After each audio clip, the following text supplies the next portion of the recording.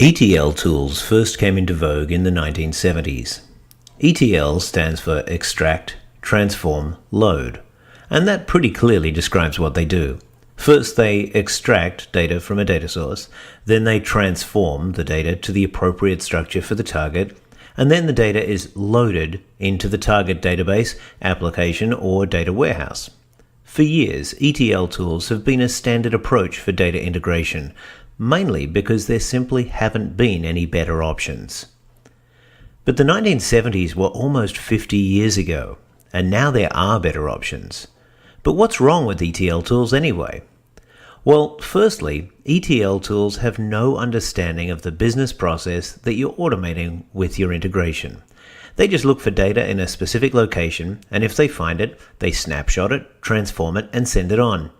But they're just grabbing data on a time interval basis. They don't know what the data is, or when it's needed at the other end, or how important the data is, or what process it's part of, or anything. It's all just stateless zeros and ones to an ETL tool. And ETL tools also have no way to know when records are deleted. Sure, they might be able to tell the data is missing, but they'll have no idea why. Was it because the record wasn't created, or because it was deleted, or because an index changed? The 50-year-old approach to integration just doesn't cut it in today's business environment. It would be like going to a restaurant where they served a set menu and only at the top of the hour. If you're fortunate enough to get there at 6:55, you might be in luck. But if you arrive at 7:05, you've got a long and hungry wait in front of you, and you still might not get what you want.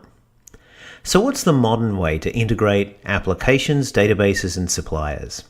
Modern integration is done at the process level, not the data level. In fact, integration is in itself an integral part of a business workflow. You could even say that modern integration is the workflow of workflows. Because business changes happen all the time. Records are updated, automation changes states, incidents are escalated, changes are updated, customers complain, deals close, development timelines move, work estimates slip, and so on. Your workflow of workflows needs to understand those business changes and react accordingly. Integration is a workflow process that must be triggered by workflow, not just a ticking clock. Going back to our restaurant analogy, you want to be able to eat whenever you arrive, and you want to be able to choose what you want to eat too. This might make it a little less convenient for the restaurant, but it makes it more convenient for you.